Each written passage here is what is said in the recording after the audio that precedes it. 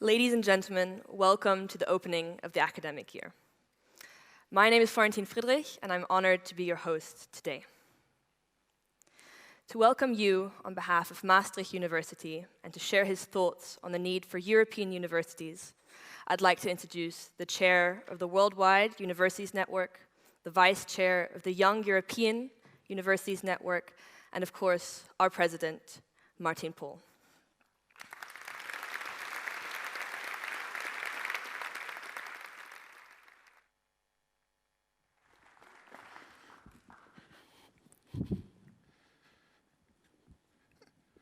Thank you, Florentine, and thank you for coming. Of course, I want to first welcome our special guests, and you all are special, of course. But forgive me to name some of them. I welcome the governor of the province of Limburg, Theo Bovens, of course, our main speaker, the first vice president of the European Commission, and our honorary doctor, Frans Timmermans. Our discussants of today, Kate Robertson, Dag Rune Olsen, and Joost van den Akker. I also would like to welcome Annemie Penderstrake, who just told me that she's an ambassador for Sustainable Development Goals. I think it's your topic today. And of course, I've seen many mayors and aldermen from Maastricht, from other cities in this, may I call it, Brightlands region. Welcome. Also, of course, our colleagues from other universities and institutions of higher education that our guests are today from Limburg and from over the border. And last not least, of course, our staff, our students, our alumni, and the representatives of the participatory and supervisory bodies of Maastricht University. As I said, you all are very special and specially welcome here. Now, if you look at the papers today and the last few days, there's many articles about universities in the Netherlands, some of them critical, some of them focusing on day-to-day problems that we face. And we also are engaged in these discussions. Think about work overload, about the story of the international students, about language. And of course, we are involved in these discussions within our university and outside. However, today, because I believe that we also as a university need to have some goals and visions to share, where we want to go in the future and why we are on the earth, we have deliberately chosen a topic that's very close to our heart, that is part of our strategic program, and that we want to really dedicate it this day to. So forgive me, I will give a short introduction because I said Frans Timmermans is an excellent speaker. I almost feel like I have to play the banjo before the Rolling Stones come on the stage. But I thought it would be good to make just a few comments on why this is our topic today, European universities and their responsibility for sustainable development. It's actually a theme that's not really new. It's a theme that goes back, if I look at the history of the universities, and as you know, universities that we know today are really a European invention. If you go back to the 10th and 11th century, the first universities were formed, and it was exactly 800 years before I was born, in 1158, that the University of Bologna adapted a special document called the Constitutio Habita, which was actually a letter written by the emperor at the time, Frederick I, also known as Barbarossa, emperor of the Holy Roman Empire of a German nation, which allowed scholars from universities to be mobile. Why was mobility important? Because if you are a scholar, if you are a university, you need to exchange your ideas with your peers. And in those days, of course, universities were spread all over Europe. They need to travel. And this document provided free travel conditions for these scholars, that they would be only judged by their own, that they could really talk to their peers, and really it was the basis of academic freedom for uninhabited academic life in a European context. And maybe over the centuries, with all the European wars, with the developments of the national state, we have forgotten that this was really the basis of movement, mobility, exchange, peer-to-peer interactions that characterized the early university. Well, many hundred years later, actually the French president, Emmanuel Macron, in 2017 gave a speech at the Sorbonne where he called again for an idea about European universities that is actually quite similar to these early developments, because he asked the question, shouldn't there be really European universities, European university associations that are dedicated to the spirit of mobility, to the spirit of exchange, for a common Europe, for the citizens of Europe. And this idea has been called on. The European Commission has actually made a call for these associations to really submit ideas, a contest of ideas, if you want to say, so to really develop this idea further. And I can tell you, and I will come back later to that we also will participate in this competition with a number of partner universities, young universities, with some fresh ideas how this European university networks in the future could look like. Now, why and what has this to do with sustainable development? The Sustainable Development Goals 17 that we discussed this morning are really a key element that has been also determined by the United Nations, that are topics that we should investigate, that we should discuss, that we should be interested in if we want to make a sustainable planet and a sustainable society. And I think they are also very good themes for European universities to be dealing with.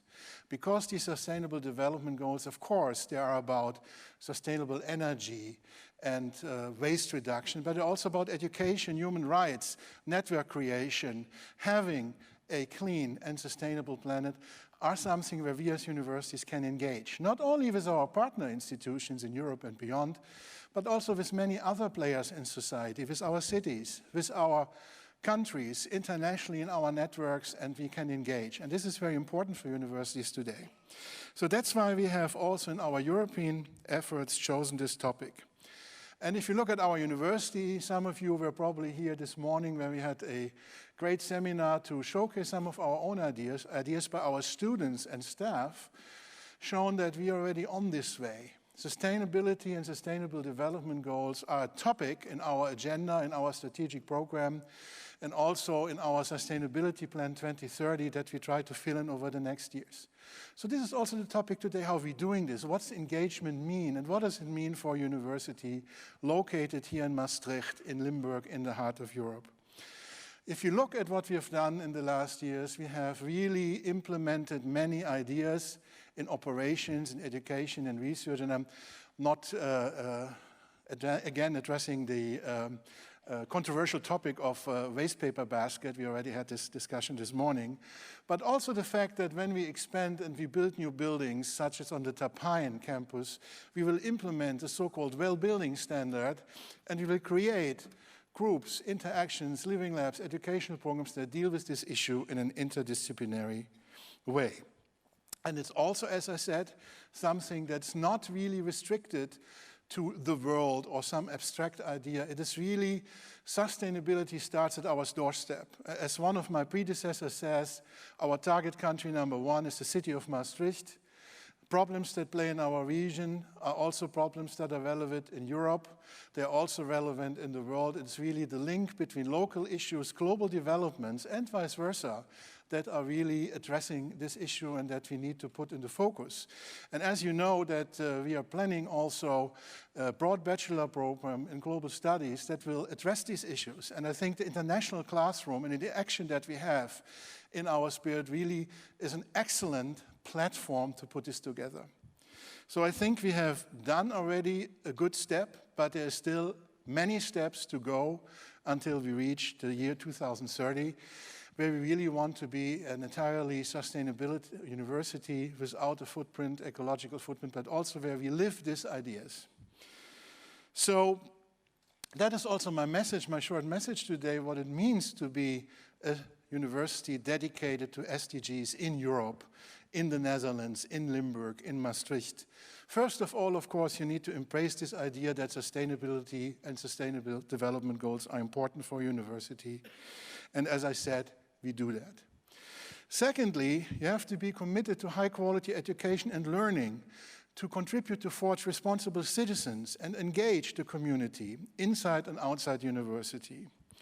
Third, you also have to educate these individuals that will act every day with the awareness that their ethics in work and social relationship matters, that their actions can make the difference in the ecosystem they are part of. Show the commitment to sustainability also in the broader sense, which means commitment to evidence and to the fostering of evidence-based policies and systems. So it means not depending on alternative facts and fake news. Support the exchange, and I come back to the idea of 850 years ago and President Macron. Support exchange between peers, students, staff, professors, to help them to learn from others in our neighborhood across the border and help them in their professional development so they can give something back as citizens to their community, to their nation, and to Europe. As universities today, we need, and we shouldn't fall, and we need to realize that we shouldn't fall in the so-called elitism trap, because many of our critics say you are the elite and you are educating elite. I think this is completely the wrong statement. I think universities are really in the middle of society. They need to act with their environment and they need to contribute because we provide something very important for our societies. We educate the people, some say the leaders, but also the citizens of the future, which have to take responsibility for our ecosystem. And when some of us retired, also provide for a good future and a good, I would say, retirement for us. But that's too egoistic, I apologize. But we need to step as universities out of our comfort zone and really engage. And this, I think, is the message today. And we engage, and you notice that it is not an elderly man that opened this ceremony today. We have Florentin Friedrich, an alumni student from University College of Maastricht, because we think if you take these discussions, you should also put those in the lead that are responsible for this future. And these are the students. We call this the Maastricht generation. These are not only students from our university. These are students all over Europe, which are born after 1991 and 92, who have never experienced a Europe with borders. And they have great ideas, I think, that we should follow. So the network that we have formed with 6 other young universities called UFE, Young Universities for the Future of Europe, does exactly that.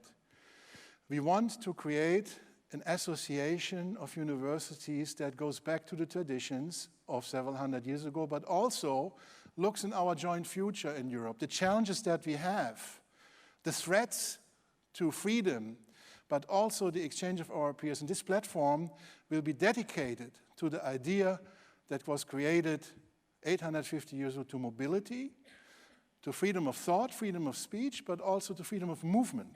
So this is going to be our pitch, and we'll be very interested to see how we do in this environment. Of course, there are many competitors, but as I said, it's a competition of ideas, and we will put this idea forward, and I'm sure you will hear of this in the future.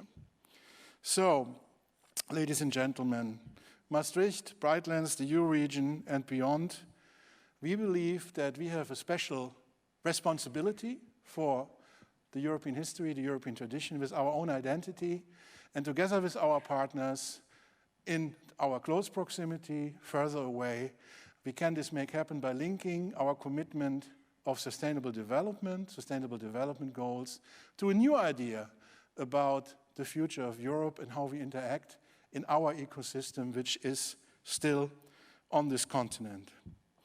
This is all what I have to say, and it's my great pleasure now to introduce Franz Timmermans. As I said, I take my banjo and go back to my seat, and he will, of course, also put this into much broader perspective. Thank you very much. Nice that you are here. Franz, the stage is yours.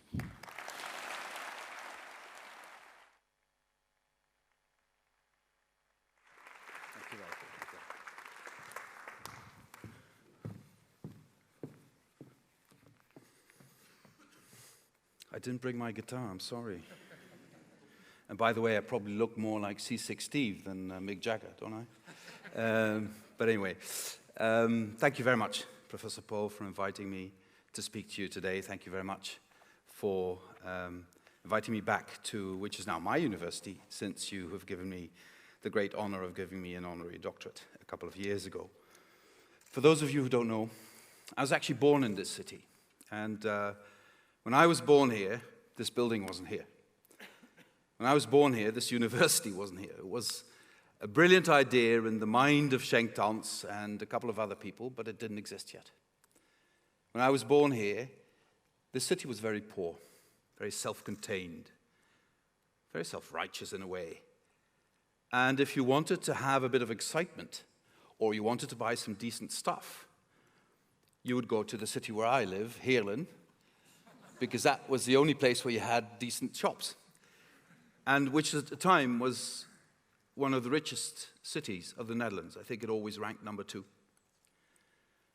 My father in those years worked here for the military police, the Marechaussee, in the city.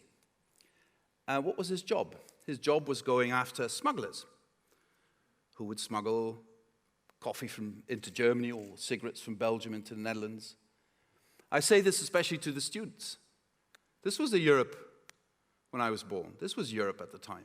Everywhere borders, everywhere smugglers. And when he wasn't going after smugglers, what he did was, on his motorbike, escort military convoys to the borders between West and Eastern Germany, because we were in the middle of the Cold War.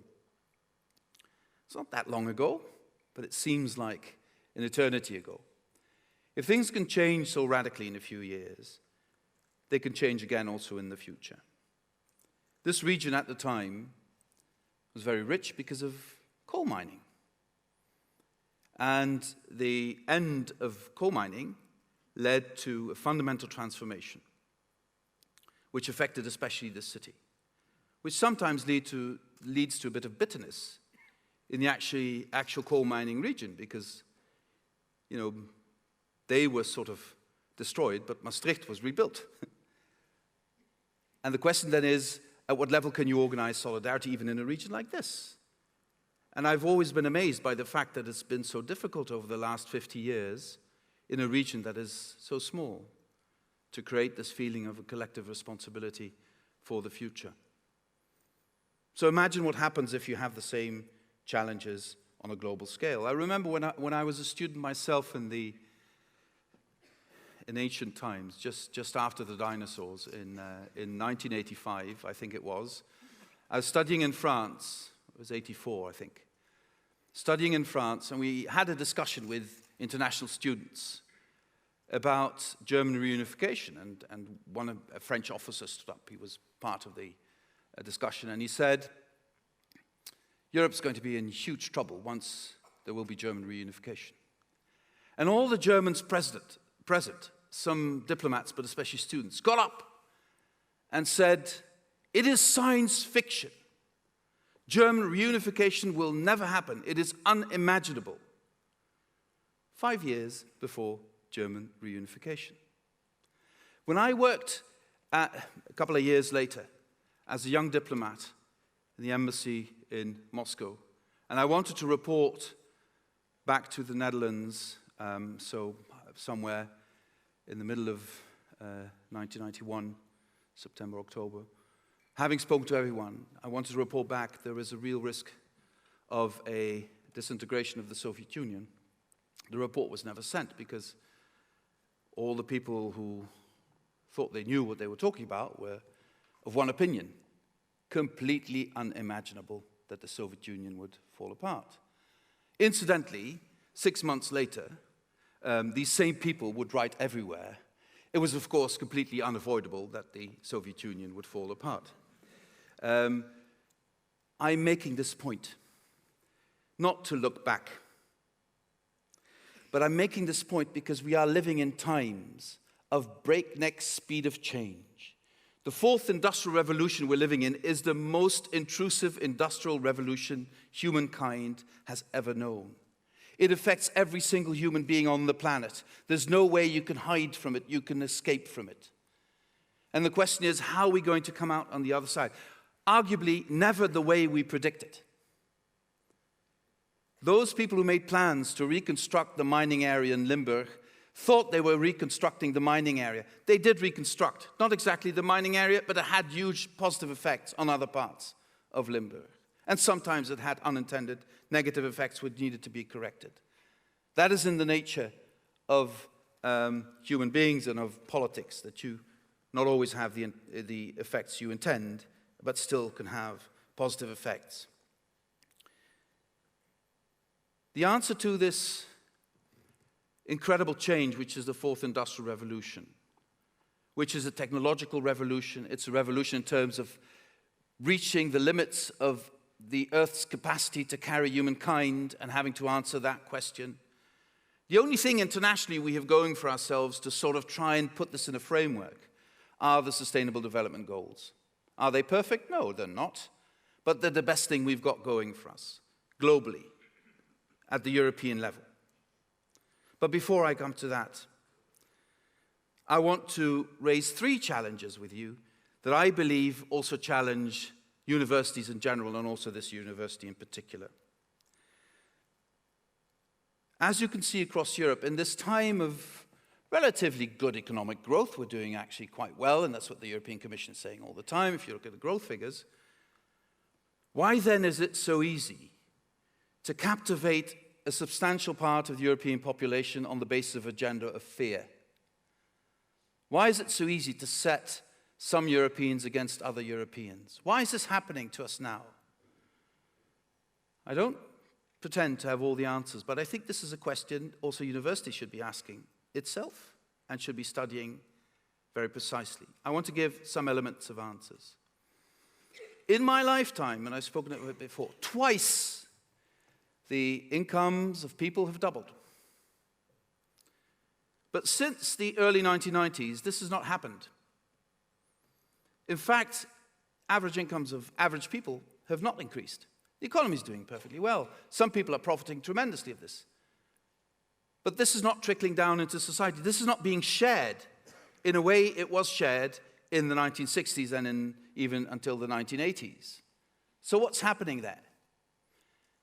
Am I right in assuming that a lot of the anxiety upon which fear politics is based comes from the socioeconomic security people are experiencing and saying, yes, people are telling them, well, look at economic growth, look at what's happening, wealth accumulation. But what does it mean for me? What have I got? What's my stake in this? You know, ordinary people as taxpayers are still paying off the huge effects of the banking crisis. And the bankers who are at the origin of that banking crisis are doing extremely well. Thank you very much. Again, there is an inherent feeling of injustice of this system. And the feeling of injustice in the economic system is something that warrants an answer. And so, why I think it is unthinkable that we would continue to use the argument of globalization to say to people, yes, the economy is growing, yes, the richest people on earth are getting richer and richer, but sorry, you're not, because your productivity just doesn't warrant that. Sorry, you don't have a stake in that. That is the feeling, and I raise this with you because we need answers to that challenge. I believe an agenda of redistribution, which is going to be a global agenda, not a local and regional agenda, is an agenda that should be fostered and should be supported by academia in its intellectual and economic analysis. The vessel for this social contract has always been the nation state. But given the level of globalization, the nation state can no longer do this on its own. We will need the European Union for this. We will need global governance for this. And in that context, the SDGs will be of extreme importance to make sure it is done in a justified way. So that's the first issue, and I'll leave it at for a moment, come to the second issue, and come back to the 3 issues at the end. The second issue is our struggle with diversity. The way our social contract is formulated, the way our structures stemming from the 19th century have been functioning to sort of underpin this social contract has always started from a principle of mononational, if you want, monoethnic or monocultural society. And this principle in Europe has never been challenged in an intellectual way or a political way. It is not something we have digested. The coming of diversity is something that has just sort of happened to us. And we did not prepare society for it. We did not digest it. We did not give society means to handle this. And this has been exacerbated now with the fourth industrial revolution, which in fact has eliminated distances. So the fact that we are diverse societies not having been digested, now leads to an allergic reaction saying we don't want diverse societies. And I think academia, politicians, should speak up and say, we have a diverse society. The way you organize that diverse society is a matter of political choice. Creating the illusion that you could undo a diverse society amounts to the same thing as saying that you can unscramble a scrambled egg. You can try, makes a mess of your kitchen, and you're left without an egg at the end. You can try to fight diversity, but you will also only create confrontation in society, strife. And look what's happening across Europe. I, as someone who feels profoundly linked to European history, certainly coming from this region, am profoundly, profoundly disturbed by the images I've seen in Chemnitz over the last couple of days. And it is not by vilifying the people who fear diversity that we will solve this. It is not by portraying ourselves as people who have digested diversity. It's quite comfortable for people in our socioeconomic position to do that. Much less so for people who fear for their socioeconomic future and see diversity as yet another attack on their position and the position of their children.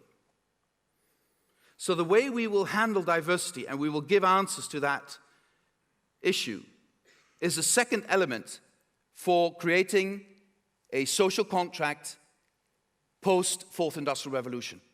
And academia will have to play an active role in finding some of the answers in that context.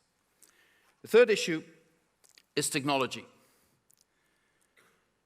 The world of communications has changed radically. Professor Paul referred to fake news. We all make our own news these days. Everybody is a journalist in the sense that everybody records and shares. And I see my own, especially the two youngest kids, their source of continuous information is not a newspaper, is not news program, it's YouTube and other social media. So again, the traditional reaction of politicians and also the European Union and others, when we see that this is distorting, disturbing, creating anxiety, creating confrontation, let's regulate. To some extent, regulation will be needed. Don't get me wrong. But to a large extent, rethinking, integrating technology into the new ways of communicating in what I would call a post-paternalistic society is also a challenge for academia. How can we integrate in our lives the reality of social media, the reality of modern technology, in a way that does not create platforms for creating strife in society, for spreading lies, for reviving a virus that is sadly present in all human beings, and that is the virus of xenophobia, of fear for the other, of discrimination. So I would see these three areas as prime areas of attention. Why am I saying this in the framework of the SDGs, the Sustainable Development Goals? These Sustainable Development Goals can only be implemented if there is enough societal consensus to support them, because they warrant huge changes in the way we are organized, in the way our economy should develop. Moving from present-day economy to a sustainable economy is a huge process. And like any industrial revolution, some stand to lose, others stand to win. But how you organize this in an equitable way is a challenge for society as a whole. And this can no longer just be done by the nation state. And if we do no longer agree about our fundamental values, then everything will fail. You know, for some time, until quite recently, after the Second World War, after this, twice Europe tried collective suicide. And coming out of that, we redefined our values. We redefined our governance based on three principles: the rule of law, respect for human rights, and democracy. And these principles are interlinked, and one cannot overrule the other. Because only through the rule of law can we make sure that democracy does not become the dictatorship of the majority. Only through respect for human rights can we prevent that the rule of law can also be used against individuals and human rights. Our form of democracy, which we tend to call liberal democracy, is based on the principle of individual rights, regardless of your ethnicity, regardless of your religion, your gender, etc. What we see now across Europe is redefining democracy as something that is based on collective rights defined by ethnicity, nationality, belonging. And if we go down that path, then perhaps the nation state can survive for some time. But the European Union, ladies and gentlemen, cannot survive democracy based on nationalism, on exclusion, on defining rights in terms of ethnicities or nationalities. Then we lose the concept of individual rights. This takes me back to Russia, and I'll end on that. I was there when chaos was huge, beginning of the 90s. And people were completely lost. And they started equating democracy with theft and corruption and thuggery, and the market economy with hyperinflation, theft, and thuggery. So a proposition was made to them, implicitly, not even explicitly, later explicitly. I will give you stability, I will give you security, but you give me your freedoms. You can't have both. And the Russian people embraced this idea. And I, having lived there, I could understand them. The chaos was overwhelming. The insecurity was killing. Everything people had saved for the whole lives disappeared overnight in hyperinflation. And somebody came and said, I'll give you security, but you give me your liberty. It's a Faustian deal that is now being proposed not just in Russia, but in some Western European countries as well. And I believe that it is the responsibility of everyone, every institution. And don't be complacent. If institutions are being challenged, universities will also be challenged. I think it is the biggest necessity our society has today is a necessity of what the Germans call Zivilcourage. And I believe this can come out of universities more than anywhere else, where you bring together more experienced people, to be very kind to you and to me, and young people. The next generation will determine our fate. The next generation is no longer ideological, but it's very idealistic. This idealism should be the building blocks of our society of the future. But let's make sure that this idealism is based on a true understanding of individual rights, of a true understanding of democracy, of a true understanding of the rule of law and the need for independent institutions, especially the judiciary, on a true understanding for what it means to be European, what it means to be free. There is no sustainable protection or security in illiberal democracy. There is no honesty in illiberal democracy. It fosters corruption like nothing else. So what we are fighting for is a basic idea of an open society based on individual rights, founded in democracy, based on the rule of law.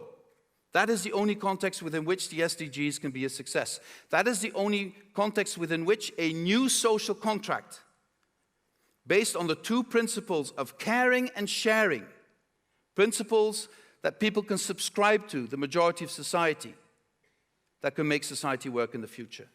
We need to mobilize the people for that. There's a huge silent majority out there that doesn't see yet what is at stake. But the time is now. The time is yours, young students. The time is yours to use to the benefit of society as a whole. Thank you very much.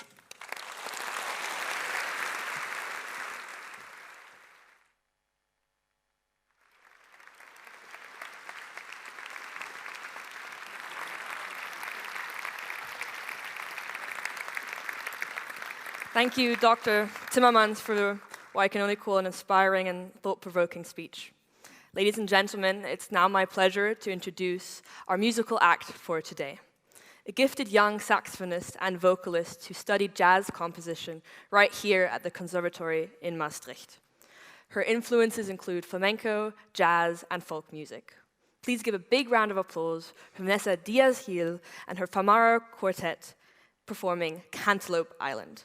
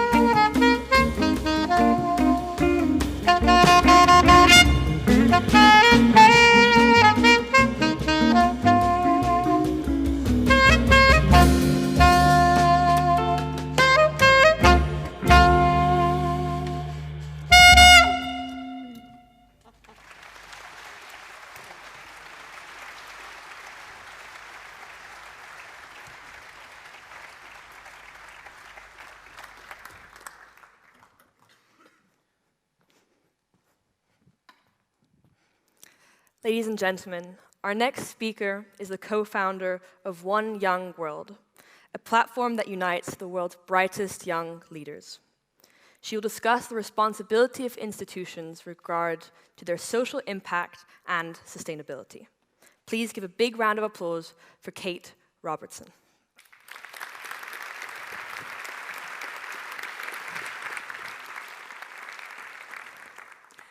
Mr. President, Vice President, Your Worship the Mayor, Madam Rector, faculty, Commissioner Timmermans, a brief and humble suggestion to all of the young people at the back there. Please take the YouTube version of the Timmermans speech, learn it off by heart, remember it every day for the rest of your life, sir. Really, what a communicator.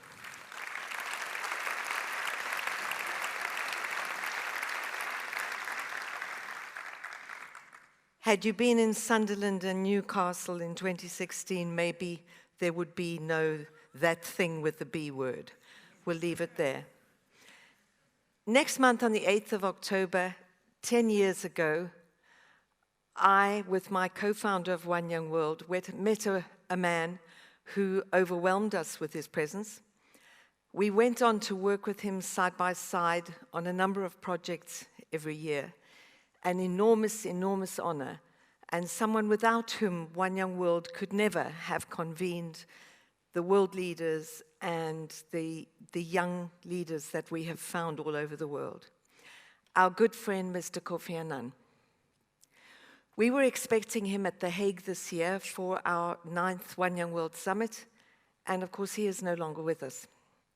I still find that hard to say, because he was so present in our work. And the reason for that was that this great man believed in our mission to find young leaders and to give them a platform and to lift them up and to give them their shot at leading the world. And he believed it with a great urgency that there was no time.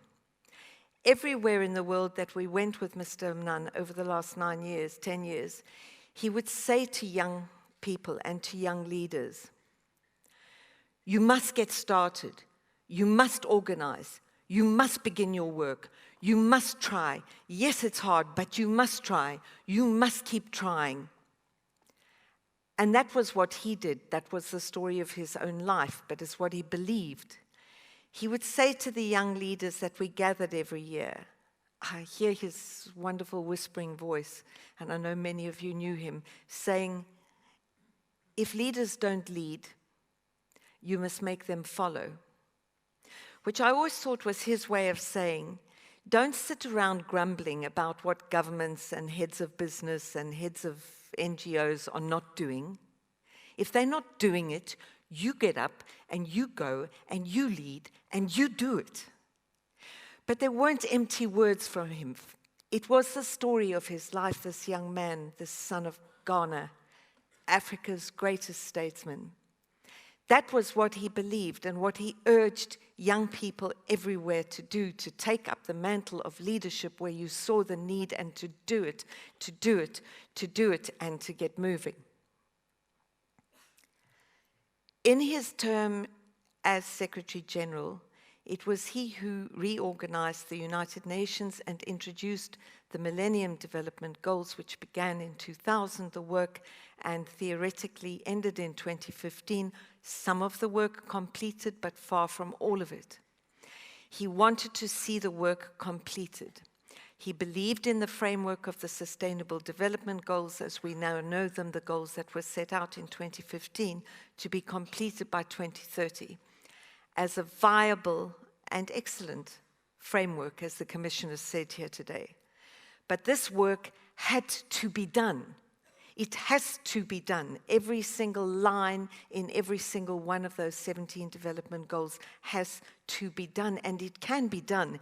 You heard the Commissioner say, all things are possible. Those of you who know accents will hear, I am not a child of these or British shores. I am in fact an African. I come from apartheid South Africa. I left there in 1986, and we too left saying, this apartheid thing is never going to end. And as you said, Commissioner, and 5 years later, it sure as hell was ending. All things are possible, and Mr. Annan believed that the Sustainable Development Goals would be achieved. He's not here to see them end. Baba, your work will be completed. We believe that these young people will see your work through. We will miss you, but rest in peace and know these things will be achieved. So what I would say to all of you as you begin this academic year, and faculty, some of you not so young, some of you to my eyes very young, as you begin this precious time, to look at it and to say, what can be done must be done. What you see needs to be done, young people. You must do that thing. I'm not a fan of the mantra which goes, you know, have a good time, do your best, it's all you can do. Yeah, you should have a good time at university, I sure as hell did. Do your best, it's all you can do. Do your best, do your best, do your best, best. That means something. It doesn't mean a sloppy sort of middle ground, kind of middle of the road, oh, it was okay. No, it's not. No, it's not. And you should not see this as pressure that you mentally cannot sustain, as a burden that you can't bear. You must see this as a joy, a real competitive joy and a challenge. Enjoy it. But know, as the commissioner said, that all things are possible.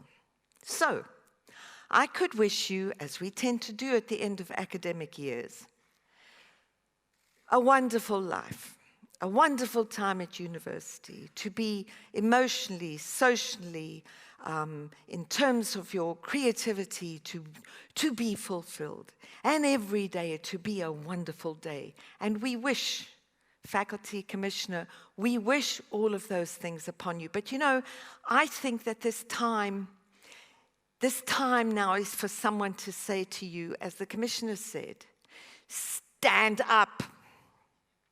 Stand up and fight for the things that are now under threat. And I don't want to stand here being Cassandra. Things are under threat. We have been, my generation, and Mr. Annan used to always say, I have every hope that you, the young people, will do better than my generation. And I humbly join him in that. Stand up, stand up, stand up. Listen to the Timmermans speeches from today and from earlier, where he talks about the rule of law. We are nothing, and every privilege and every civility we hold dear is nothing without the rule of law. If you don't know what the rule of law is, get on with it. You can read, understand it. We have to fight for this thing. And what I would say to you, ending here today, is, you know when you're looking at Christmas, and you say to your parents, sometimes if you're a nice child, you say to your mom and your dad, oh, you know, I'll be happy, and I'm so pleased I got an orange in my stocking, and we had a nice day, and what you really want to say is, I really wanted a PlayStation or a new phone. I think that is our message here to you today. Yes, we want you to be happy. Yes, we want you to have a good time. Yes, we want you to fulfill yourself at university. It's not what we really want to say. What we really want to say is be the PlayStation. What we really want to say is lead government, win a Nobel Prize, get out there, be famous, be fabulous. Make sure that we know your name, and the sooner, the better. So we say to you, in this privilege of being in the tiny percentage of young people in the world who have a university education, in the even tinier percentage that is the 1% in the world of top universities, and this is one of them, you have been given so much. And of those to whom much is given, much is now asked.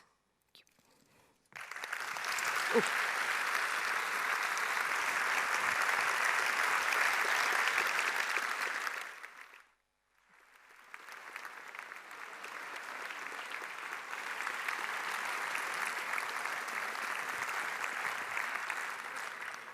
Ladies and gentlemen, our next speaker is an expert in cancer research, professor of biomedical physics, and rector of the University of Bergen in Norway. In his speech, Education for a Sustainable Future, he will present the much-lauded sustainability strategy he and his university are pursuing. Please give him a big round of applause. Tack Rune Olsen.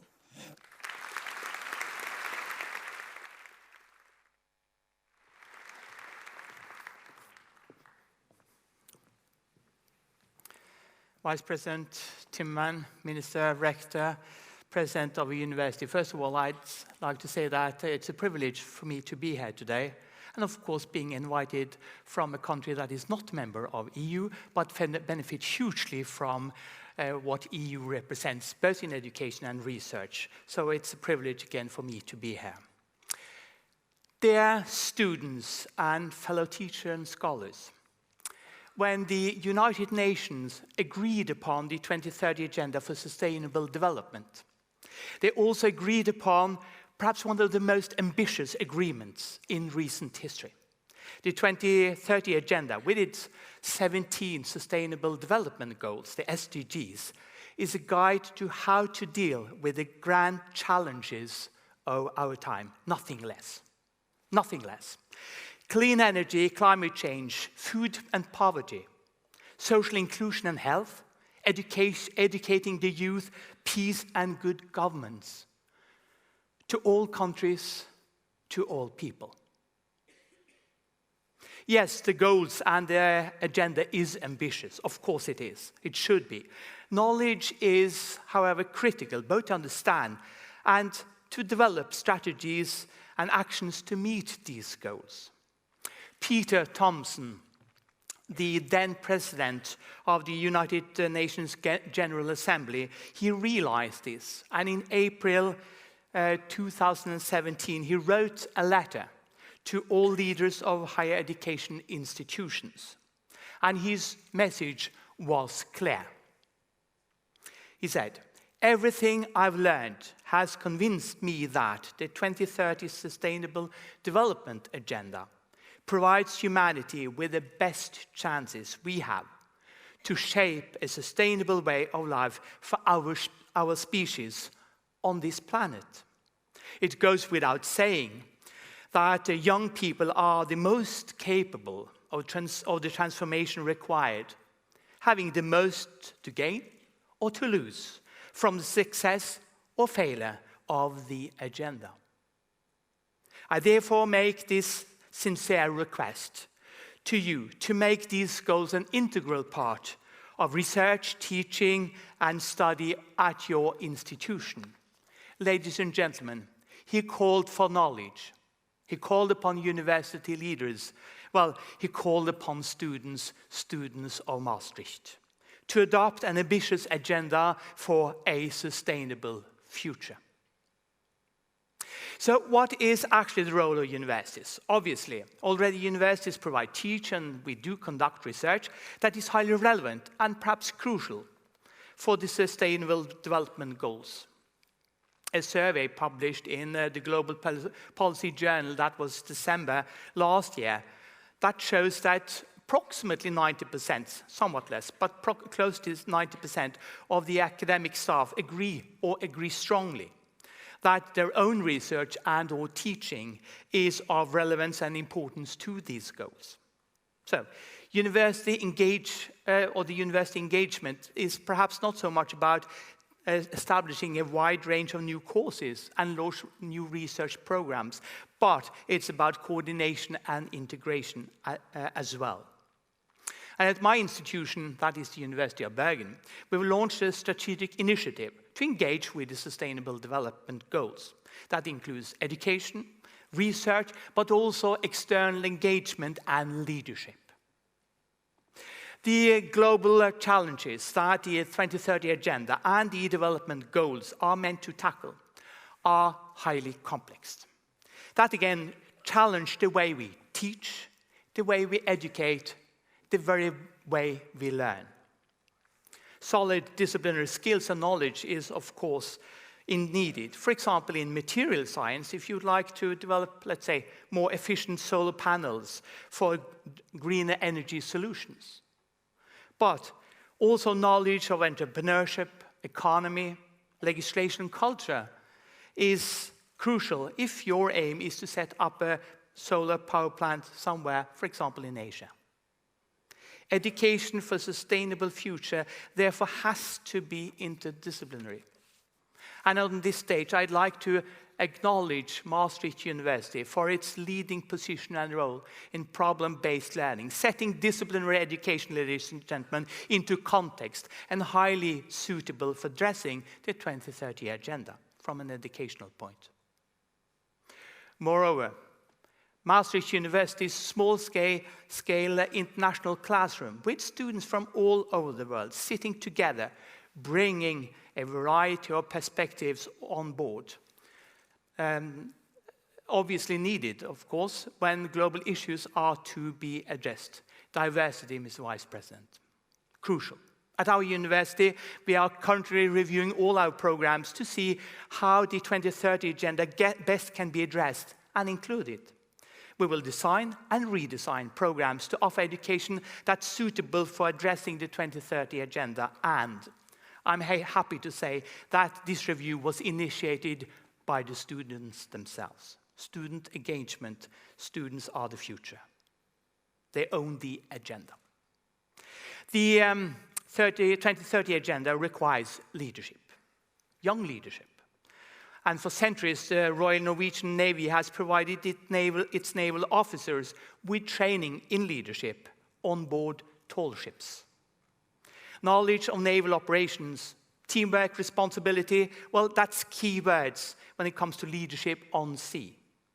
Our university will build on these long traditions when we now bring university students on board Norway's largest tall ship for a course in sustainable leadership, based on knowledge, teamwork, and responsibility, whilst sailing the oceans of the world. The 2030 agenda, I think, also challenge the way we conduct our research. Again, highly complex questions and challenges cannot really be dealt with in a purely disciplinary manner.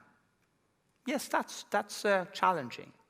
But I do firmly believe that technologists, biologists, economists, and philosophers need to come together to discuss how feeding a growing global population can actually be achieved in a sustainable way.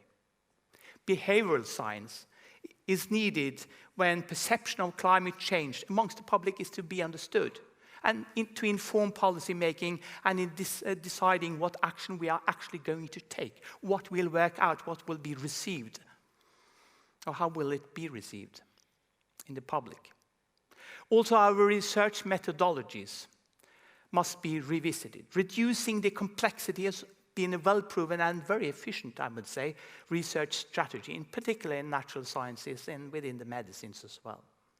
But increasingly fail when highly complex issues and questions are to be addressed.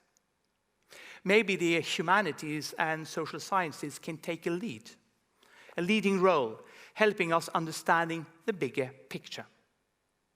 We need to come together across the traditional academic borders and challenge each other. Only then we can step up to the grand challenges. 3 prioritized areas of research and education at our university, that is climate change and energy transition, global health, migration and inequality, and lastly, sustainable oceans corresponds to specific sustainable development goals, SDGs. And they all require cross-disciplinary approaches involving technology, medicine, law, humanities, social sciences, to name a few of them. That is something we take seriously and we're going to deliver. Last February, the University of Bergen also hosted a unique conference on sustainable development goals, on the SDGs. The conference was the first of its kind and brought together more than 300 ministers, politicians, governmental and UN officials, NGOs, industrial leaders, students, and researchers. To do what? Well, obviously to discuss how universities can contribute at the science policy interface. At the science policy interface, that is so important. And they are also required, or that activity is required if we are going to reach and address the 2030 agenda. During that meeting, I'm proud to say that our Prime Minister, the Prime Minister of Norway, announced that the conference will be an annual official event. Our engagement also includes science diplomacy and science advice with scientists participating at and contributing to high-level meetings in the UN on the development goals. And the involvement of students is, of course, a prerequisite for success in this field, especially when we are then talking about how to conduct our work addressing the Sustainable Development Goals. This was, at least to me, clearly illustrated when our students hosted Bergen International Students' Conference in April this year. And the theme of this year's conference was Climate and Society, Transformations in the 21st Century. And it was a great success due to the engagement and to the topic that really speaks to the students of our time. These students connect directly to our strategy in a specific initiative called the UIB Collaboratory, which facilitates, initiates interdisciplinary and innovative workshops, courses, conferences, all driven by the students. Building on the position as Norway's premier SDG-oriented university, our university has established a leadership through a national committee for the 2030 agenda, consisting of leaders from Norway's main research universities and advisors from the Ministry of Foreign Affairs and the Ministry of Education and Research. And in Netherlands, I'm happy to see that the University of Maastricht University, has taken a leading position to its most ambitious Sustainability Vision 2030. The former president of the United Nations General Assembly, Peter Thompson, called upon universities. He called upon knowledge. And rightfully so. Without knowledge, there is no sustainable future. Ladies and gentlemen, please accept my best wishes for the new academic year. Thank you for your attention.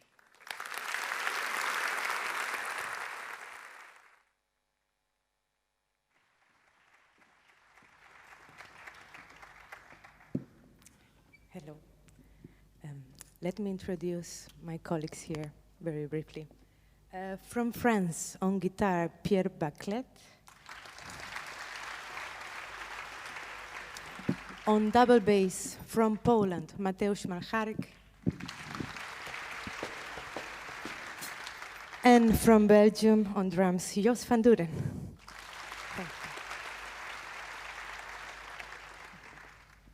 And from Spain, Vanessa Diaz-Gil.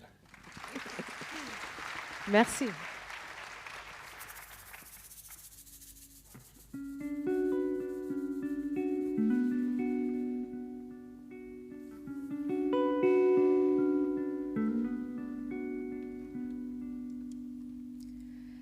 Siempre que te pregunto que cuándo, cómo y dónde, tú siempre me respondes. Quizás, quizás, quizás. Y así pasan los días y yo desesperando y tú contestando. Quizás, quizás, quizás.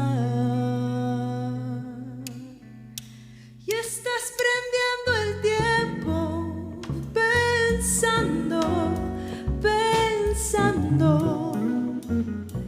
por lo que más tú quieras. ¿Hasta cuándo? ¿Hasta cuándo? Y así pasan los días y yo desesperando y tú contestando. Quizás, quizás, perhaps.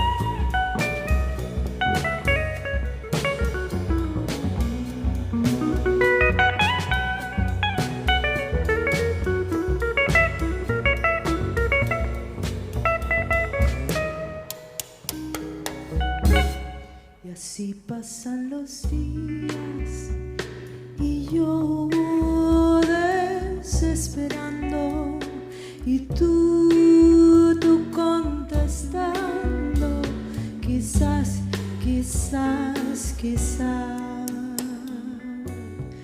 Siempre que te pregunto que cuándo, cómo y dónde, tú siempre me respondes, quizás, quizás, quizás. Y estás perdiendo el tiempo pensando, pensando por lo que más tú quieras. ¿Hasta cuándo? ¿Hasta cuándo?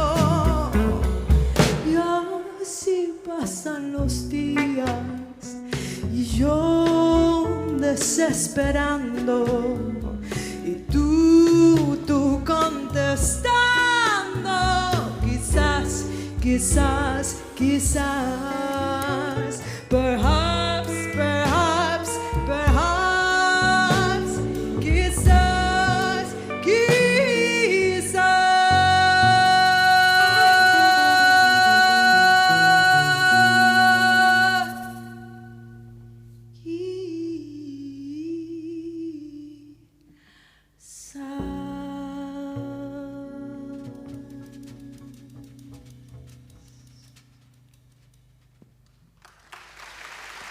Thank you. Gracias.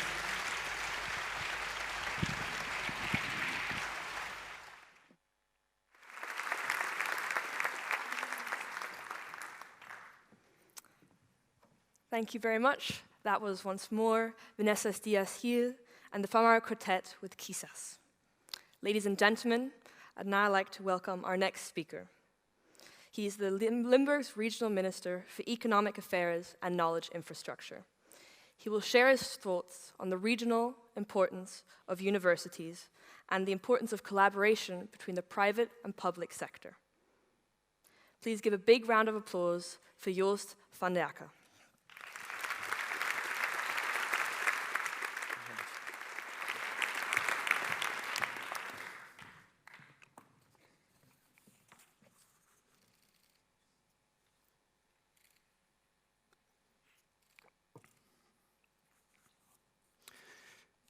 Dear President, Rector, Vice President Timmermans, Governor and Mayor, dear ladies and gentlemen, it is an honor and very special occasion to speak to you today. 14 years ago, I attended the opening of the academic year for the first time, here in the MEC, with as keynote speaker former German Chancellor Helmut Kohl. In an era of an optimistic and enlarging EU, I was about to start European studies, barely refreshed from the income and some days of scratching chewing gum at the pavements in Venlo, hoping to become a prospective member of Saurus Rowing Association. As luck would have it, I obtained an entrance ticket and listened to Gohl's Begeisterung, continuing to believe in Europe. He described how, here in 1992, he and his fellow government leaders had brought about the Maastricht Treaty, after extreme effort. Back here at the MEC, he could proclaim that it had been a success.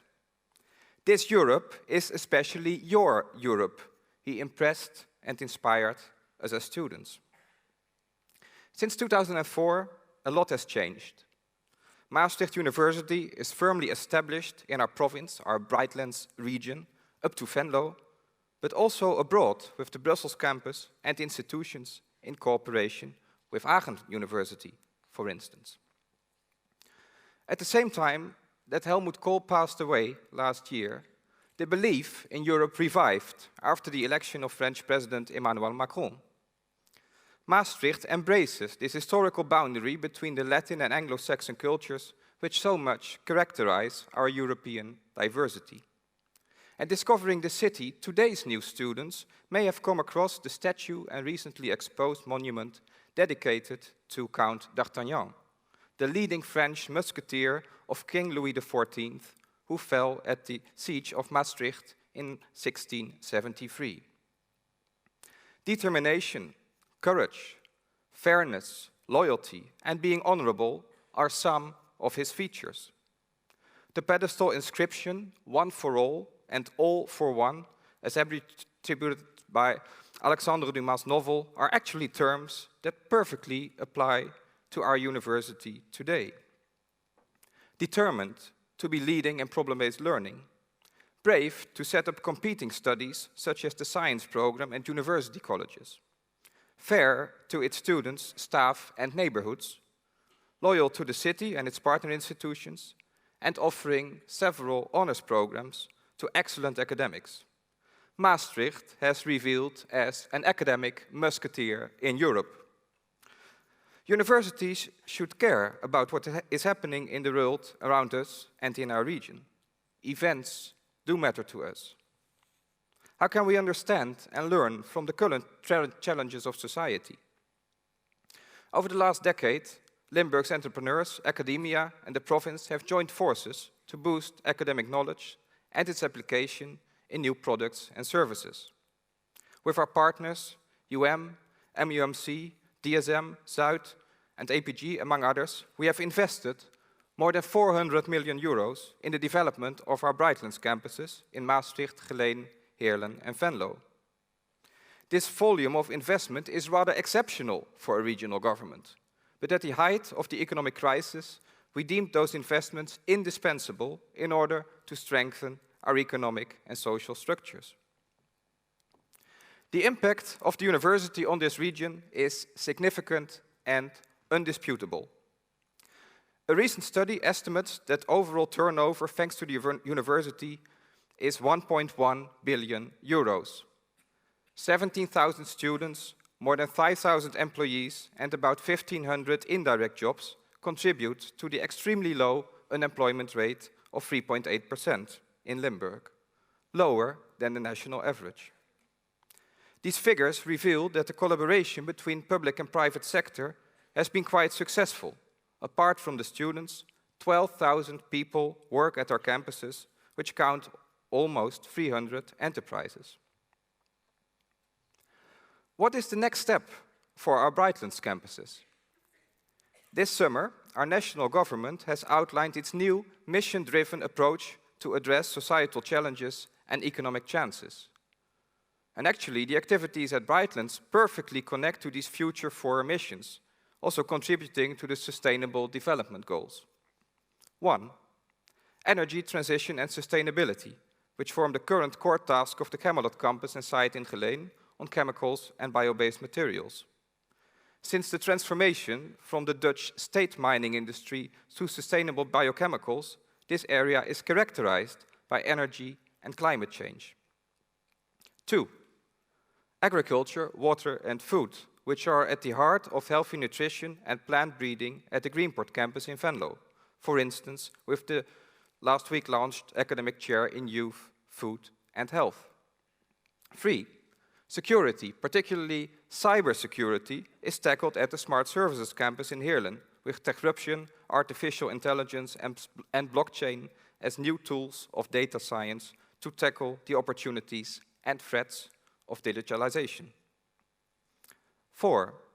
Health and care are coped with by intense cooperation between the health campus here around the corner. Last week, I had the opportunity to visit 2 unique top-level institutes, and I'm very much impressed by the revolutionary research on regenerative medicine, multimodal molecular imaging, and the nanoscopy of cells. The research, development, and education at our 4 campuses should enable technological breakthrough connected to the European Commission Horizon Europe program. Internationalization, therefore, is of paramount importance, not just for tomorrow's avant-garde in science, but also because it offers huge economic advantages to this region and to our country. Rightly so, our cabinet considers that internationalization carried out by knowledge institutes is key to achieve these goals, particularly to support innovative small and medium-sized enterprises. That is exactly what we have been doing here in Limburg at our Brightlands campuses. And I'm very proud of the academic staff, students and stakeholders who have put so many efforts to build this unique alliance of cross-border knowledge. We will need each other's commitment to carry out our missions, one for all and all for one. In the end, we prosper more if we open up borders and free trade relations, also with China, Russia, the US, and the UK. Yes, Great Britain remains located just across the channel. Deal or no deal? What other message should be sent from the city where the euro was created, the internal market to be completed, fostering free trade, freedom and democracy, stability and prosperity on the European continent? Talking about internationalization, indeed, we are now engaged in a debate about education and the net financial effects of international students and whether that's profitable for the Netherlands or not.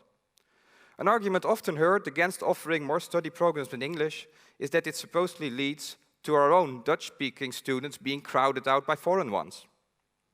However, from time immemorial, the Netherlands has been a country with leading trade relationships, discovering the globe and willing to work in other languages.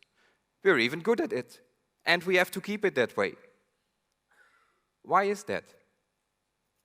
First, because also Dutch students benefit from English-taught education, not the least because the larger variety and availability of subjects, literature and staff. And by the way, no one is obliged to study in English. At this university, but also across the Netherlands and Flanders, there's a wide variety of Dutch-spoken programs to choose from. And second, if you then opt for English as a study program, it prepares you better for the international labor market. It enables us to cooperate in networks of research and development, which occasionally take place in English. Also at our Brightlands campuses, communities, businessmen and women, academic staff and students are using English as their working language. And finally, because it makes our institutions accessible and attractive for the best international staff and students. They also contribute to the high rankings of Dutch universities worldwide. In The Hague, some are fighting a rearguard battle. It's not the question whether we should limit the number of foreign students or English-spoken study programs, but rather to ensure that we win the battle for talent in this cross-border region. Therefore, European universities should provide uniform access to higher education. And I favor an offensive academic community that shifts borders, builds bridges across nationally tinted sentiments, and is ready for a world that is simply interdependent. An academic community that makes optimum use of that situation and hence remains open to Dutch and foreign citizens. Being a pioneer once, other countries are now taking over one of our core commercial qualities, namely the ability to speak foreign languages. We might even be taken over by the French. In an era that even President Macron speaks English without reservation, should we retreat behind the Dutch waterline? As President Martin Paul already touched upon, precisely President Macron launched the idea of creating some 20 European universities. A network across the EU strengthening strategic partnerships between higher education institutions by 2024. And these bottom-up networks will enable students to obtain a degree by combining studies in several EU countries and contribute to the international competitiveness of European universities. I am convinced that Maastricht can be one of these European universities, not because it is based in the most European city of our country, but also because its international-oriented study programs, networks, and diverse major European student population. President Macron, be most welcome to Maastricht. Experience this musketeers mentality of this knowledge crossing borders. Please don't stop at our fortresses like D'Artagnan, but make your camps at Brightlands here in Maastricht, Heerlen, Geleen, and Venlo. Ladies and gentlemen, we are a European university. Together with the city, we are working on Europe, and we can bring this Europe to The Hague. As an academic musketeer, I wish all of you a very fruitful academic year. Aga, thank you very much.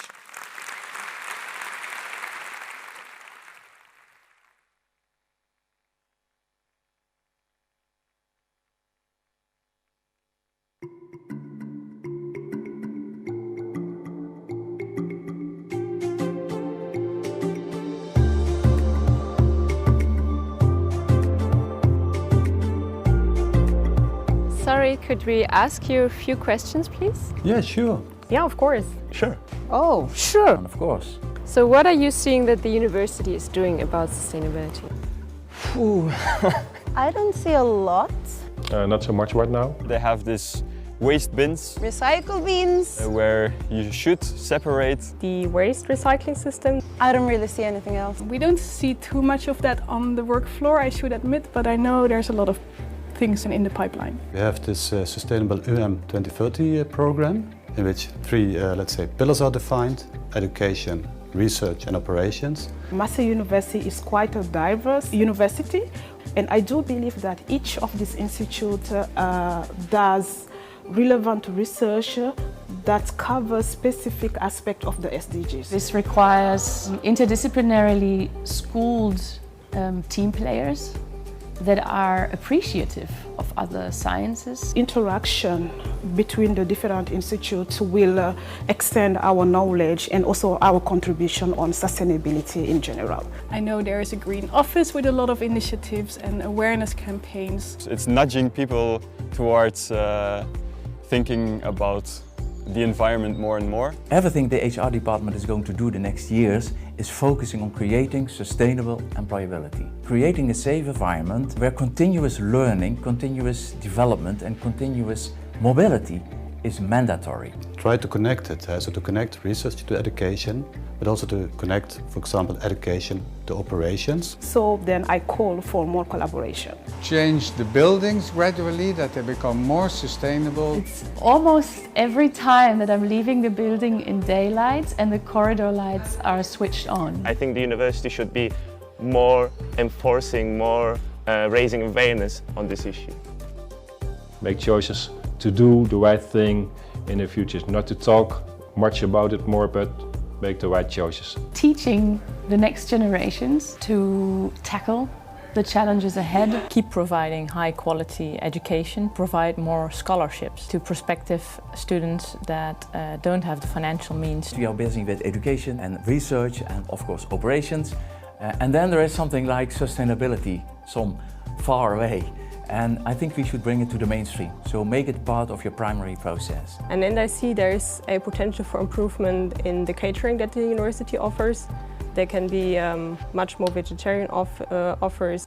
For law faculty specifically, I would recommend shorter exams, less use of paper for students. Thank you.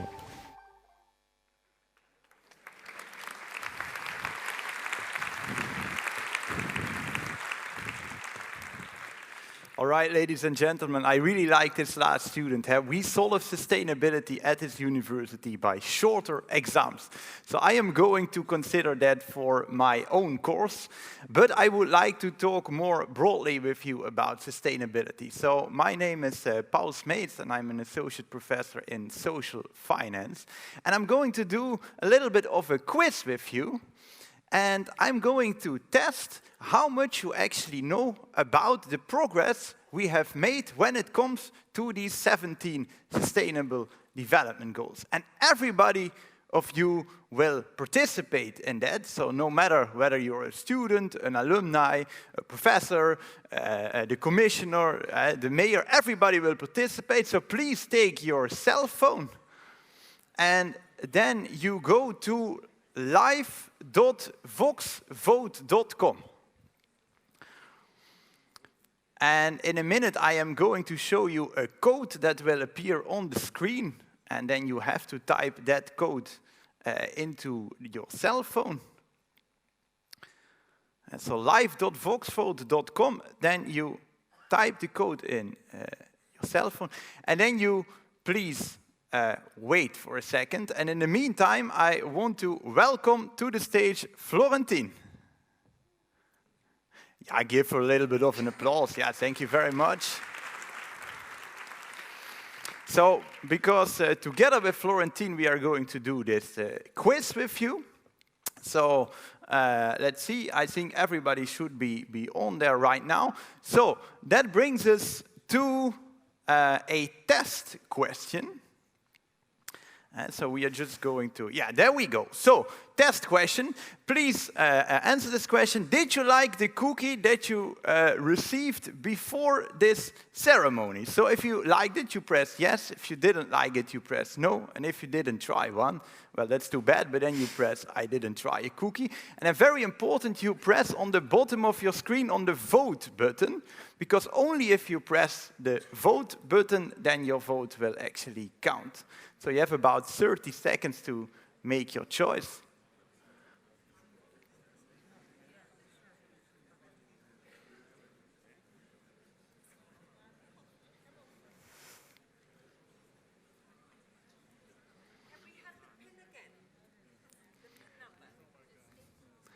Some people call for the PIN number. Now I'm checking with the techniques whether that is possible. Ah, you have it. Yeah. Ah, fantastic. Great, so I think let's go to the results. So, the majority didn't seem to get a cookie, unfortunately. But Oh. I have good news. There are some left, so at the reception, you can try them. But of those that did try them, they overwhelmingly loved them. Yeah. Very, very good. So, now you all know how it works. Let's start with the real quiz. There we go, Florentine. Please, the first question of this real test. So, in the last 20 years, the proportion of the world's population living in extreme poverty has A, almost doubled, B, remained more or less the same, or C, almost halved. So again, make your choice and remember this vote button, very important.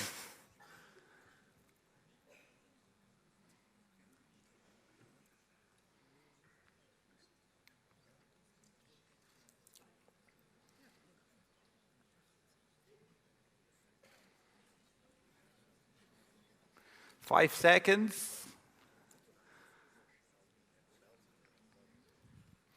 All right, the results, please. So, we seem to have quite the audience that believe that it's almost doubled most people. Most people think it almost doubled. Well, let me tell you, this question was asked by Hans Rosling to many politicians, economists, world leaders around the world. And that's indeed the most common answer that we get. And when I see what Frans Timmermans said today, it really is the case that within countries, income inequality, particularly in the US, has gone up dramatically. And also you see in Europe, the average person hasn't really seen a large increase in income. But there's also quite some good news. There is room for optimism, because actually over the last 20 years, the fraction of people living in extreme poverty has halved. Yeah, thank you very much. Great.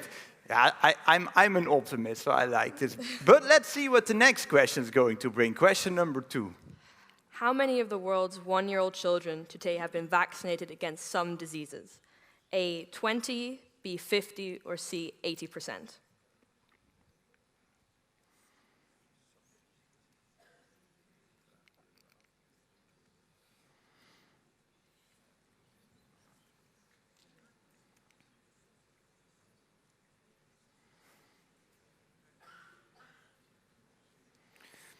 Five seconds.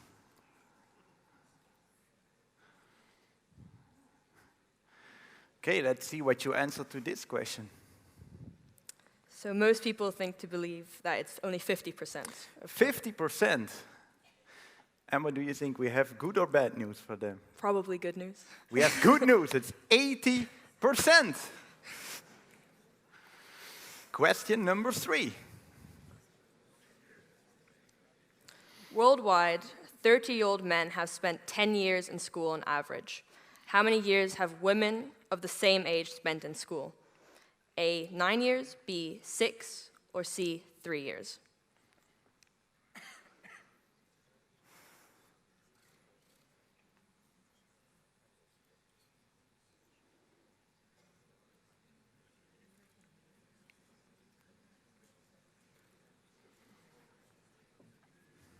Five seconds.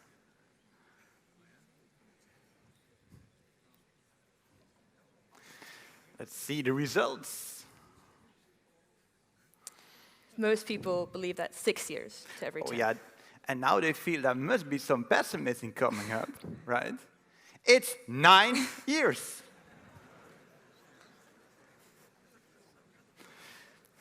Question number 4, the last question. You're almost there. There we go. Global climate experts believe that over the next 100 years, the average temperature will on average rise, B, remain the same, or C, drop.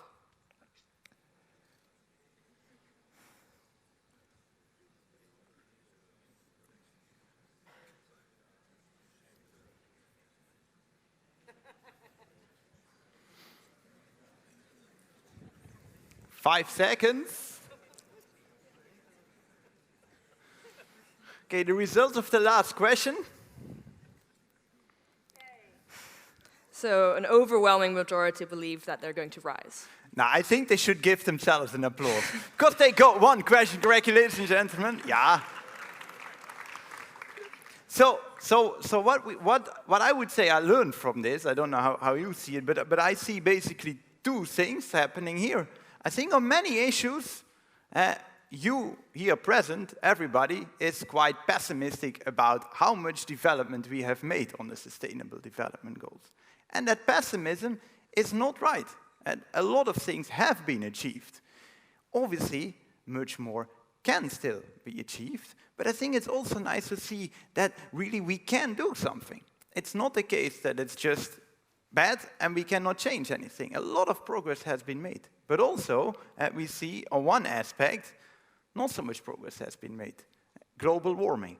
So actually, I would like to see what can we do at this university to work towards this climate change topic. And Martin Paul said today we should have 0 footprint in 2030. Now, when you came in today, half of you approximately tried a cookie, and what did people indicate? They really liked it. They really liked it, but there was something that these people, everybody of you, didn't know about those cookies. It was a completely vegan cookie. This was a completely vegan cookie. That means purely made out of plants. There was no eggs, no butter, no milk. Let me tell you how much CO2 we saved here today by just eating cookies. We saved as much CO2 as a car ride from Maastricht to Paris, and from Paris back to Maastricht with one cookie today.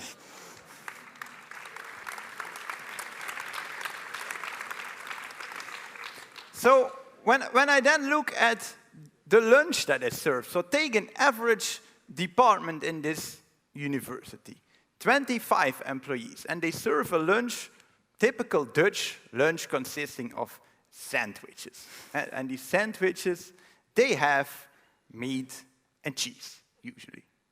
Now let's say that one department out of 25 people on average would decide to replace those sandwiches by vegan food, by plant-based food.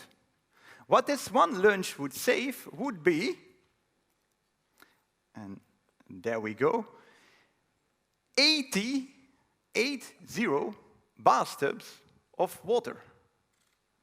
One lunch. It's enough CO2 to have a hair dryer, and you have beautiful hair, so you probably use a hair dryer, to have a hair dryer run for a whole year, 24 hours per day. One lunch again.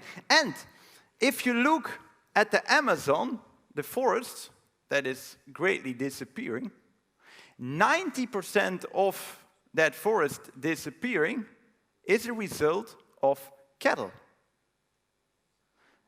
And Amazon is hundreds of times the size of Maastricht, which you see here. But I would say, let's start in Maastricht. This is a perfect place to start. So I would therefore like to announce the Sustainable Lunch Challenge. Now, what does this mean? So, you are going to try within your department a one-time plant-based lunch. Only one time, not more, just once. I want to tell you at the same time that at the economics faculty in Rotterdam, they already only offer plant-based lunches. So I'm not asking that. I would just say, do it one time. And then you send an email to me. The email address is here on the screen. And then every quarter in the newsletter, I will give you an update of how many bathtubs of water we have saved and how many hair dryers of CO2 we have saved. So please, I really want to ask you, try it out. It's just one time. For the rest, we can eat a lot of meat and whatever. But just try it one time. Send me an email, and let's make sure in the next newsletter we will have a lot of bathtubs and a lot of hair dryers of CO2. Thank you very much.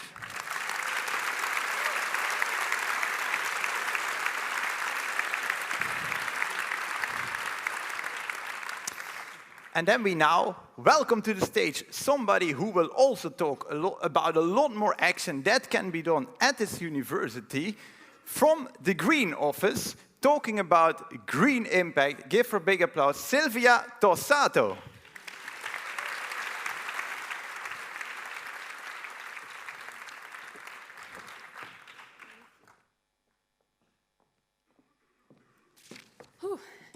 Good afternoon, ladies and gentlemen.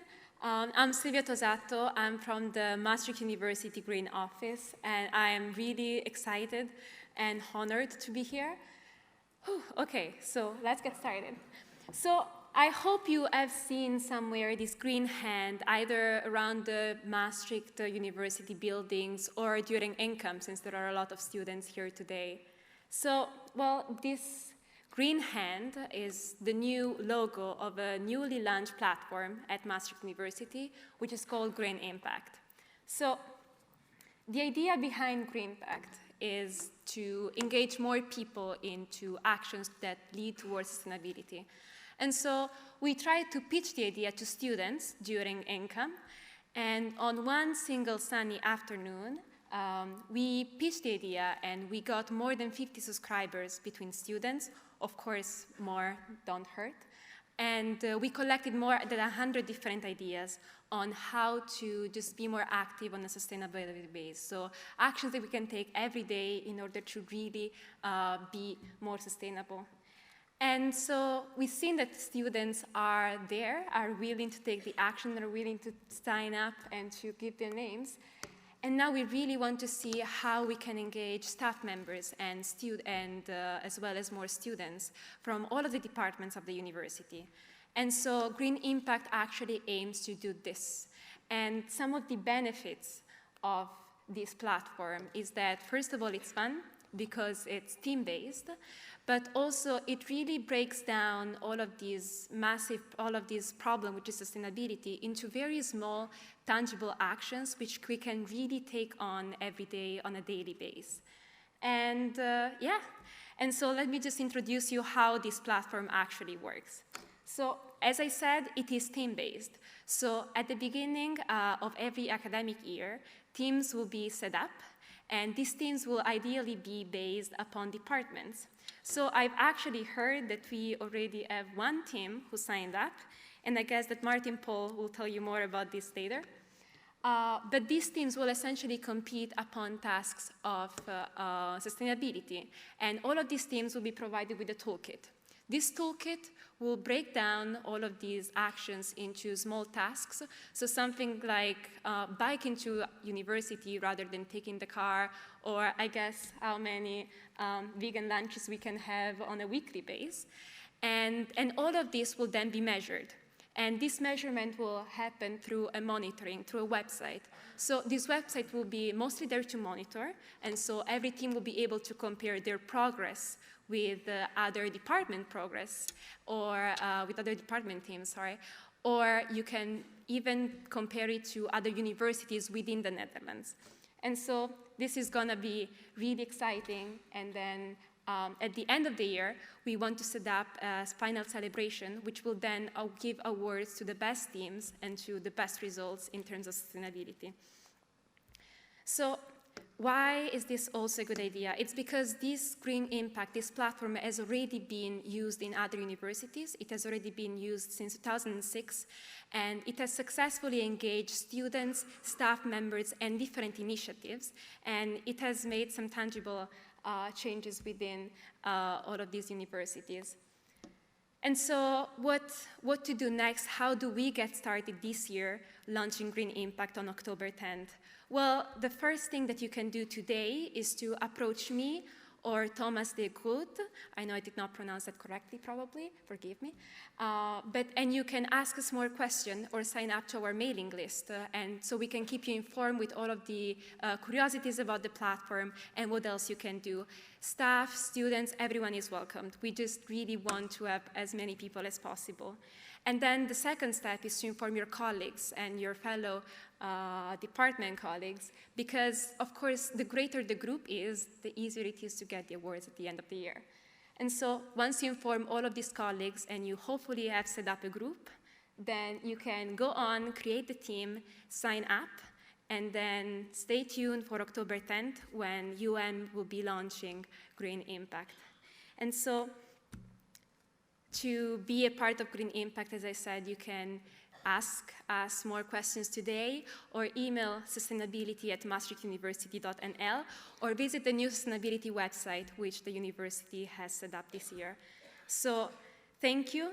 I hope you are excited as me. And yeah, I hope you had a really good day. Thank you so much.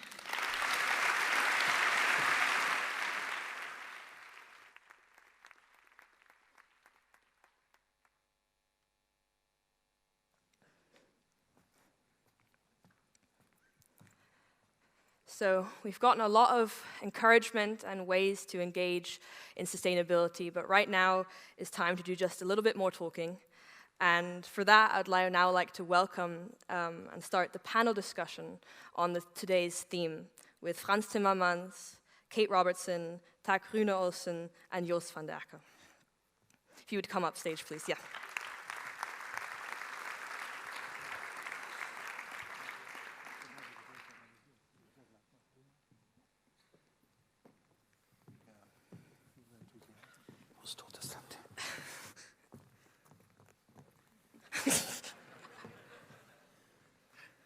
Wij draaien.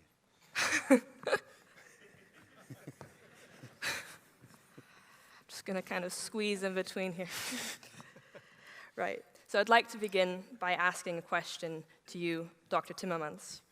So you directed your appeal towards young people like myself, and like many young people, I studied at a European university. And I'd like to ask you how you believe European universities can play a role in achieving the SDGs, and how also they can work within themselves more closely together.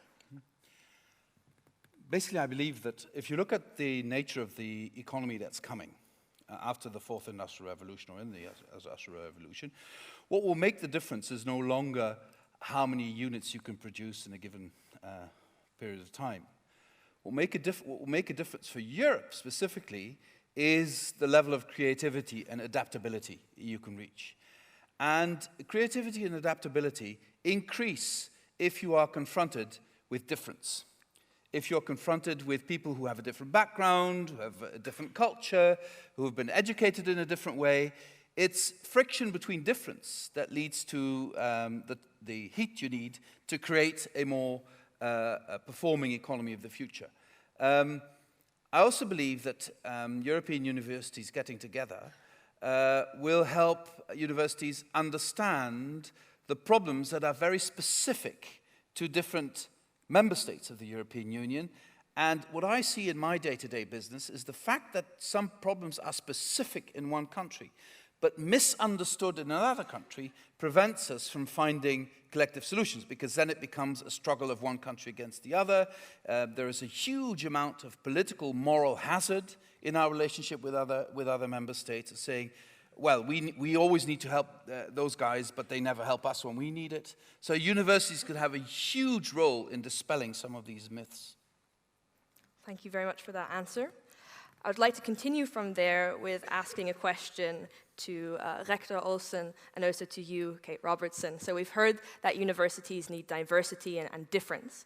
But if you think of the university of 2030, what else do you think is an essential aspect of that university? Doug. Well, I think diversity is important, and I'd like to quote the Prime Minister, or the Canadian Prime Minister, who says that diversity is the engine of innovation. I think we need to think differently, and that's being innovative, isn't it?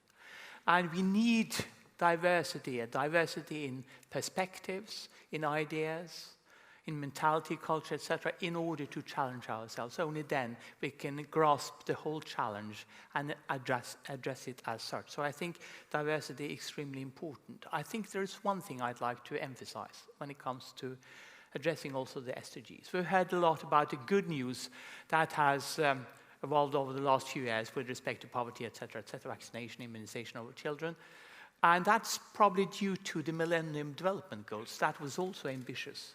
But there's a huge challenge, or a huge difference between the SDGs and the MDGs, and that is that the SDGs are to be met at the same time. So that is, you're going to provide affordable energy, you're going to reduce climate change or tackle climate challenge, you should feed, of course, the globe and reduce poverty.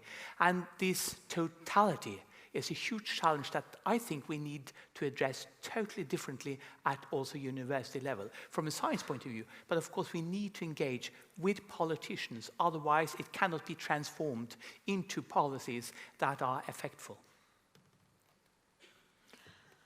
I think one of the things that's missing in the wider world outside of academia and outside of the United Nations immediate circles is a sense that when you look at the Sustainable Development Goals, ordinary people outside those circles don't know what those actually mean. So where I think academia and universities can provide a tremendous amount to the world is actually explaining what those goals are in numbers. What is the number, so that country by country you can break it down and say, well, if we did that, what would the change be?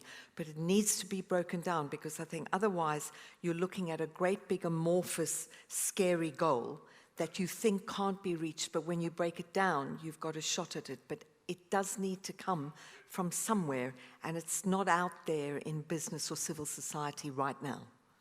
Doug? Well, if I can follow up on that, not long ago I had a chit-chat with Palau, small island state, UN ambassador, or the ambassador to UN from Palau. And she was worried about, well, of course, global warming, because the island states are disappearing. So that's a challenge, obviously. But she was also found it quite challenging that nobody knows about the SDG concept. So the awareness, and she urged us not only to dig into it from a research perspective, from a research point of view, and educate our students, but also engage with schools, primary schools, etc., in order to foster a knowledge about the challenges and the concept, the very concept of SDGs and how that can tackle some of these challenges that we face. So, and also we do know that surveys back home in Norway, probably here also in Maastricht, Netherlands, the awareness of the SDGs as a concept is not really around. And we have to start to work there, I think. Moving on to other institutions, I would like to ask you, Dr. Timmermans, and also Mr. van der Akker, you working at different levels of government, at the regional and at the European. Institutions are often very static, and they can have trouble adapting to different situations. And I would like to ask if this kind of rigidity or at least stability, in more positive terms, is something that's necessary for sustainable development, or if we really need to create a more flexible institutions.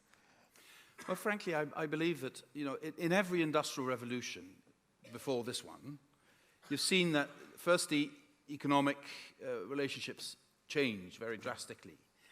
And always following up on that, institutions change. Either they adapt, or they are adapted, or made obsolete. And I think we are now at a time, and this applies to universities just as much as to the Commission or to national institutions.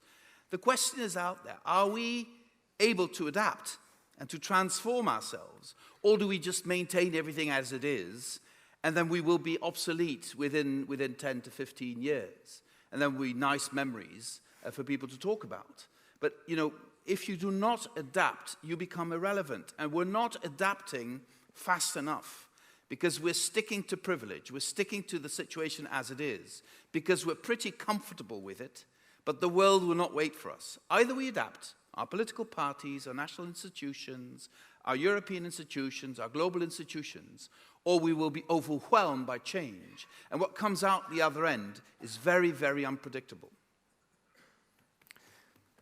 To follow up on that, institutions are not the solution to problems. They are simply means, but for example, introducing or founding a new institution doesn't always help. Like the number of agencies at European level, let's say on migration, on food safety and on space agency, has been risen enormously, but it doesn't mean that we automatically know and accept what those agencies are doing. So the legitimacy problem, democratically supported by citizens, is probably the larger challenge for those institutions. And what we now see is actually that society is running ahead in solutions to energy, climate change, better health solutions, agriculture, and so on. So I think that society is much more aware implicitly that we probably shouldn't eat meat every day, shouldn't use our cars every day, and so on, and are recycling products, like I've been visiting a lot of companies over the last months.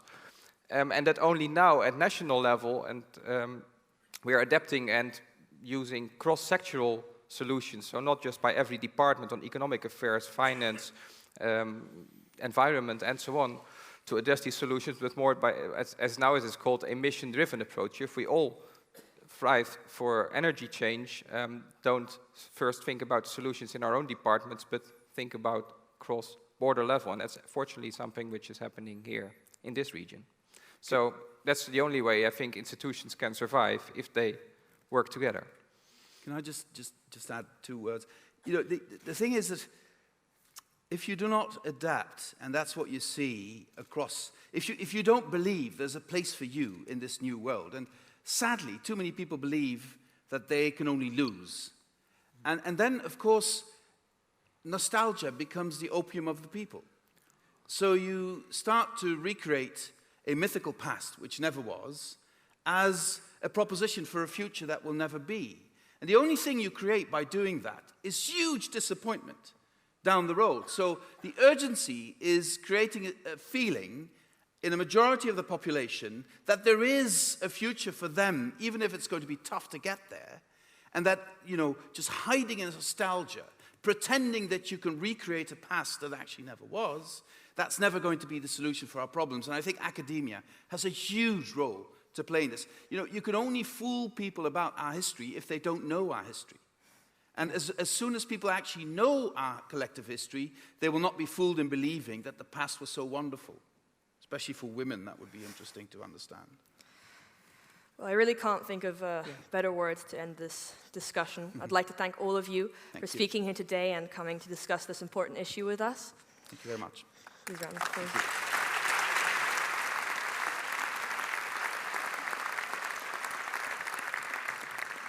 And now, to give the student prize here, I'd like to welcome Rianne Letchert, the rector of Maastricht University.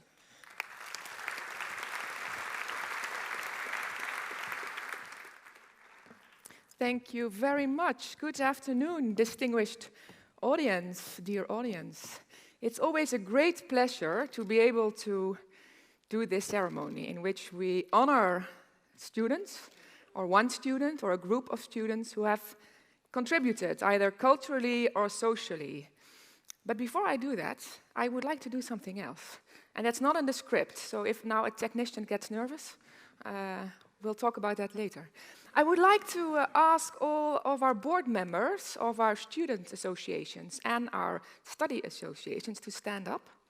So please, I can recognize you, but also if you're not wearing such a fancy suit, please stand up, also from the Green Office.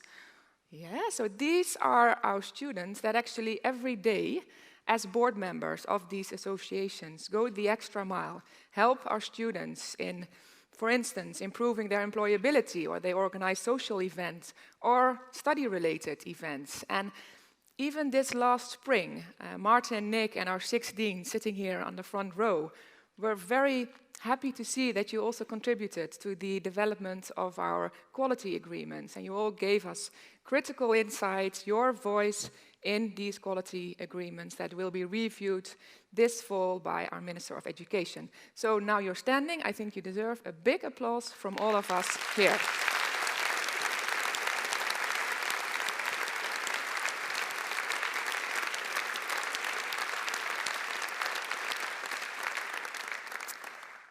And now 6 people are getting very nervous. Please sit down. Thank you so much.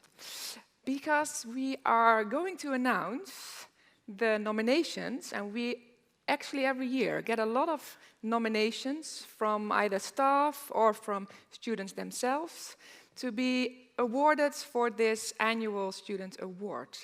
And we're going to watch the video so that you can see the nominations that we had for this year, so the 6, but we had many more proposals being sent to us, but these 6 are nominated. So please watch the video.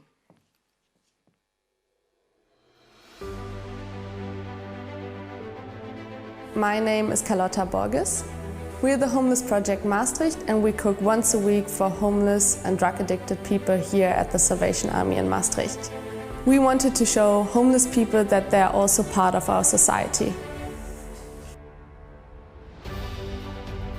I am Steve Goossens, chairman of the Rob Foundation. We as the Rob Foundation provide basic healthcare in the rural areas of Uganda. We do this with our off-road ambulance, a sort of a mobile clinic, and a team of medical specialists. We believe it's better to prevent than to cure. My name is Esther Boudewijns and I'm working for Project Exhale. Project Exhale improves indoor air pollution in slum houses by introducing an improved cook stove. We believe that with this easy solution, we can make a large impact for these slum dwellers.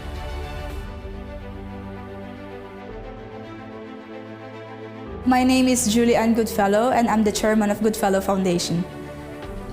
The Goodfellow Foundation offers scholarship to bright Filipino students in the slum area of Cavite City, Philippines. Because we believe that our students' motivation can help change their lives and their families to fight poverty. Hi, I'm Nicola. And I'm Clara, and we're the founders of Food Sharing Maastricht. With around 35 people, we pick up food every day from the university and from different supermarkets in the city. We bring the food to our room here in Tapijn and share it with everyone who wants to come around. Our initiative aims at reducing food waste, as around 1/3 of all food globally is wasted on a daily basis. Our initiative aims at tackling that problem, and we thereby try to make this university a more sustainable place.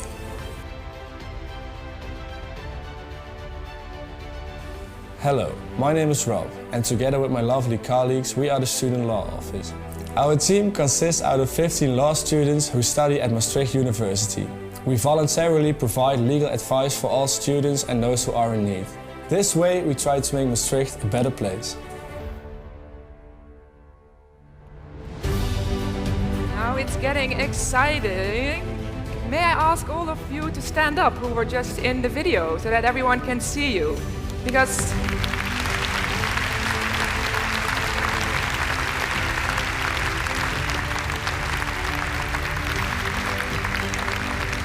unfortunately we can only have one winner. That always makes us very sad, because all of your projects are really valuable. But we can only have one winner, and the winner of the 2018 Student Award that the jury has chosen is Julianne Garcia Goodfellow. Please come to the stage.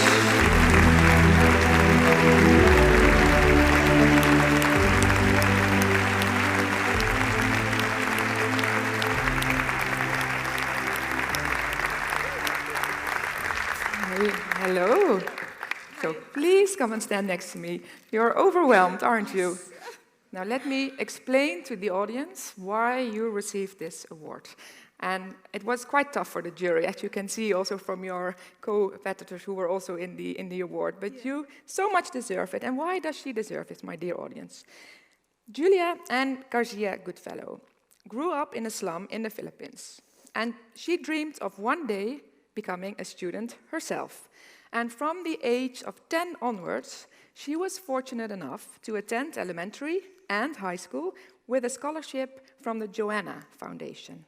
Graduating from high school with honors, she became the first scholarship recipient of the Goodfellow Foundation, which was set up to give her the opportunity to come to the Netherlands and study here.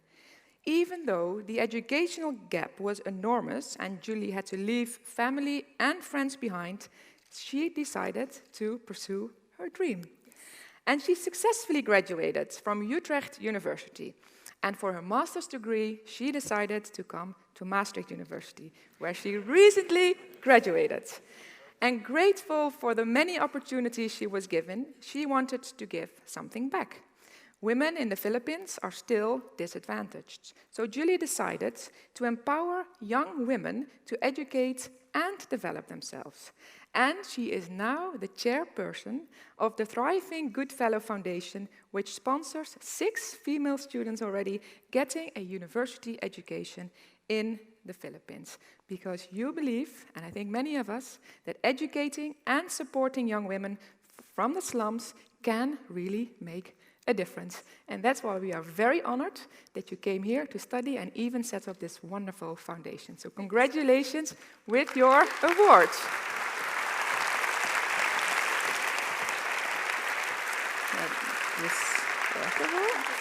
It's a little bit heavy. And then flower, and now we do a picture moment. Achterbij, you also have to listen.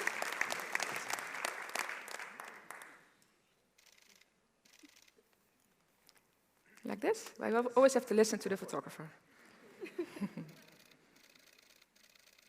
Okay, thank you. And then you also get a certificate. Do you still have a hand for that, or? It's okay, so thank you, and a last big applause for Julie.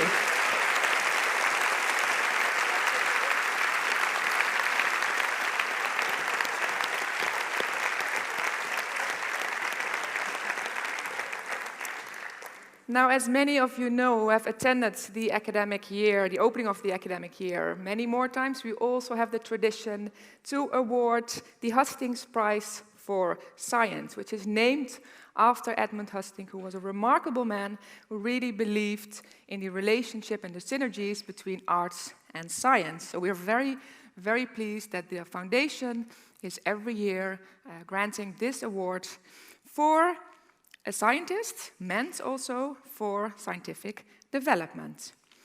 And the 2080 prize will be awarded to a colleague from the Faculty of Law.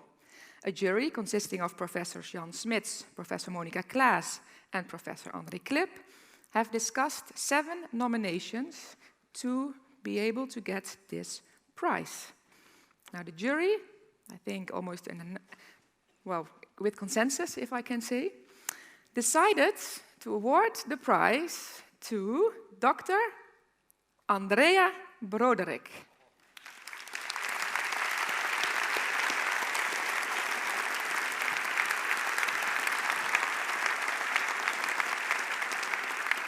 And we'll first go and look at the video again, before I ask her to come to the stage. I'm delighted to have the opportunity to present my research here in this wonderful context. My research at present focuses on the United Nations Convention on the Rights of People with Disabilities, the CRPD, and specifically on the accessibility and universal design obligations in the Convention. This means that state parties, through laws, policies and practice, must ensure that built environments, transportation, information and communications technology, as well as goods and services, are accessible or usable to the widest number of people possible, most importantly, people with disabilities. My research agenda for the coming years is to distill the normative framework of accessibility at the international level and to draft human rights indicators on accessibility, as well as to conduct comparative country studies at municipal level, tracing how accessibility is implemented. My research has topical relevance in light of the ongoing implementation of the CRPD by the EU and by states parties to the Convention. In addition, my research has societal relevance since I will draw on the perspectives of key stakeholders through empirical qualitative research. This prestigious Edmund Hustings Prize will allow me to conduct the first phase of my research on the accessibility indicators and the normative framework. It will really allow me to conduct research visits to research with legal experts in the field of accessibility. I'm extremely grateful for having been honoured with this wonderful prize, and I can assure the Edmund Hustings Foundation that it will go to great use in my research.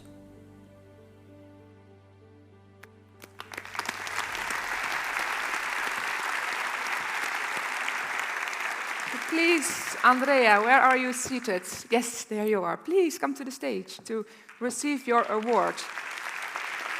And the award is 15,000 euros, so that's quite something. Congratulations. What a beautiful topic you are working on.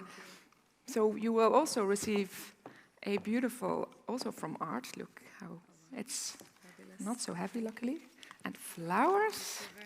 And we do the photo moment without the certificate because of the... Oh, like this? Yes. Come closer.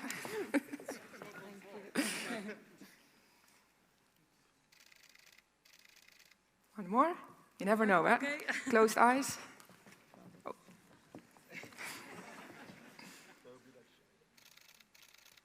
Thank you, and congratulations also on behalf of the board of the Hustings Foundation and, of course, of the jury. Thank you very much. Okay, thank you. Yes. And I'll now give back the floor to our president.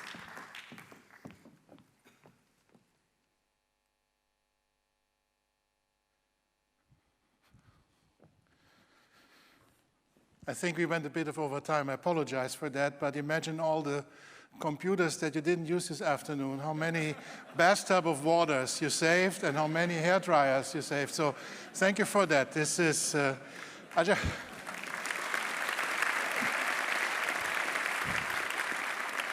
I forgot my cap. That's okay, Rector, yeah? I'm sorry, I saw it. I'm trying to imitate the Rector from Bergen. He's also doing it without, yeah. I just want to mention a few things before we wrap up. First, we come soon to our tradition to have a Ode an die Freude, our anthem, played by Vanessa Diaz and her band, but I just want to make a few other statements.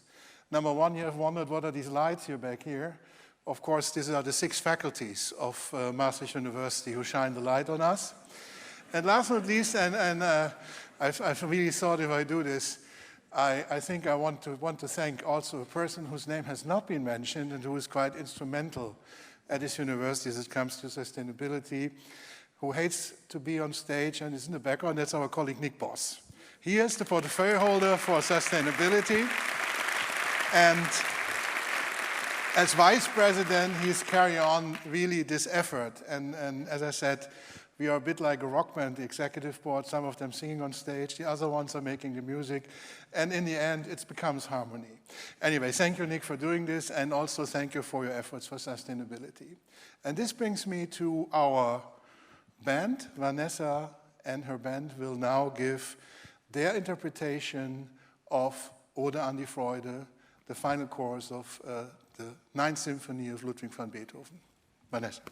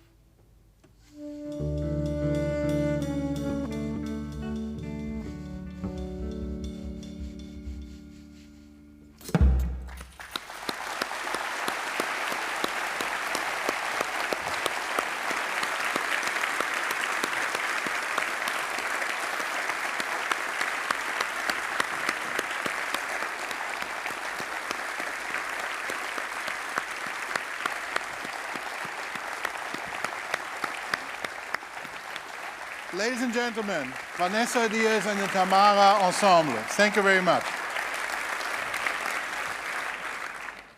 I enjoyed this. No, I think we are at the end of the ceremony.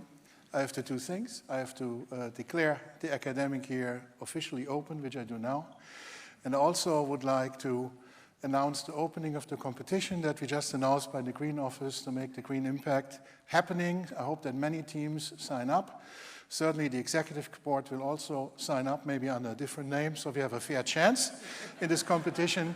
We all invite you to the reception, which is outside of this hall, and please give the cortege and our student and study association the time to lead the way out of this hall.